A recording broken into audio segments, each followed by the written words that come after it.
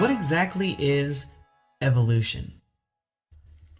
In biology, the theory of evolution doesn't tell us exactly how life began on Earth, but it helps us understand how life, once it came into existence, diversified into the many incredible forms we see now and in the fossil record. It also helps us make sense of the way in which modern creatures continue to adapt and change today. In biology, evolution can be defined as any change in the heritable traits, those are physical traits like fur color in mice, spots on the wings of butterflies, or instinctive behaviors like the way that dogs greet their friends with a sniff, within a population across generations. This definition can be a bit confusing, so let's see how it works. All healthy living things, from single-celled amoebas to flowers to dolphins, are capable of reproduction. We have children, we make copies of ourselves. We do this by duplicating our DNA and passing that DNA on to future generations. DNA is a chain-like chemical stored inside each one of your cells, which tells them how to grow and function. Your DNA contains coded information on how to build you. The information in your DNA is different than that of, say, a daffodil's DNA, which is why you look and function differently than a daffodil. The information in your DNA is slightly different than that of Elvis Presley, which is one of many reasons you don't look or act quite like he did.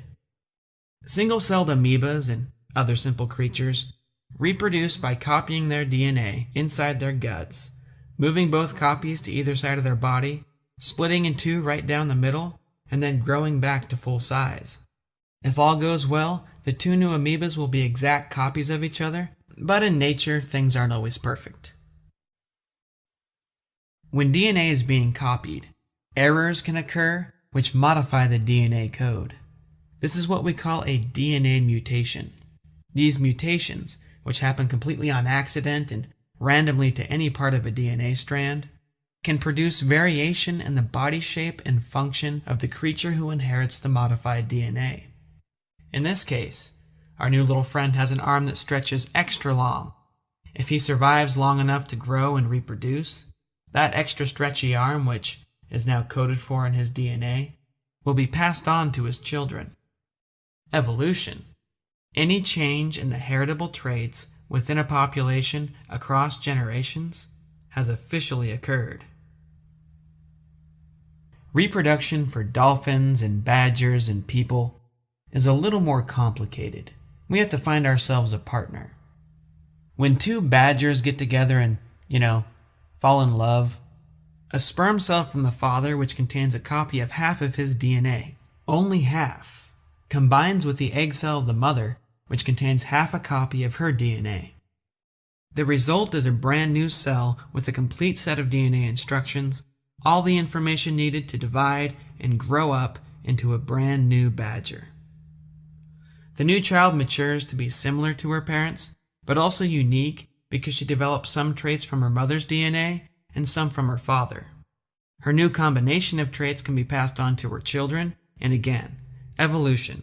Any change in the heritable traits within a population across generations has officially occurred. Besides a unique recombination of her parents' traits, she might also have developed some completely new traits of her own due to DNA mutations. Maybe extra hairy ears, for example. If she survives long enough to have kids, her DNA will combine with the DNA of her partner, and she'll pass on those extra hairy ears to at least some of her children. Again, evolution has officially occurred. So there you have it. Evolution is really pretty simple. Scientists and normal folks everywhere witness evolution happening all the time. Small changes like the ones we've seen here can add up over multiple generations to create dramatic changes. If you were to go back in time just a few thousand years, you'd find that all dogs, for example, originally evolved from an ancestral group of gray wolves. The evolution of those wolves from generation to generation was guided by humans. People were selecting wolves with the traits they liked, letting them breed, and then only keeping the puppies with the most desirable traits. As time went on, different breeders preferred dogs with different features, some selected for large size, some for small size, some for brains, others for brawn. Today, wolves have branched out into hundreds of breeds, very few of which look and behave much like their ancestors. A massive amount of observable evidence from many different fields such as genetics, chemistry, paleontology, and mathematics overwhelmingly suggests that just like all dogs share a common ancestor, all living things, me, you, pufferfish, banana trees, if you go back far enough, also share a common ancestor. We are literally related.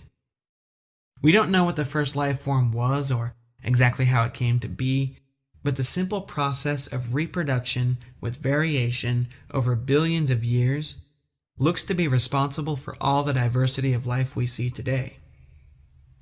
Now, you might be saying, wait a minute, hold on here.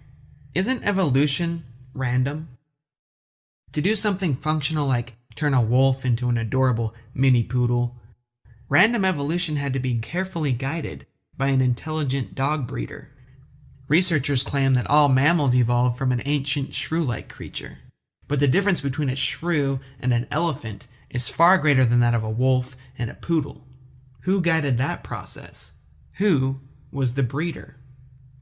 In the mid-1800s, two men, Charles Darwin and Alfred Russel Wallace, independently discovered that a breeder is not necessarily needed. There is another force capable of guiding random evolution to produce order and complex function. They called it natural selection, which happens to be the entire topic of our next video.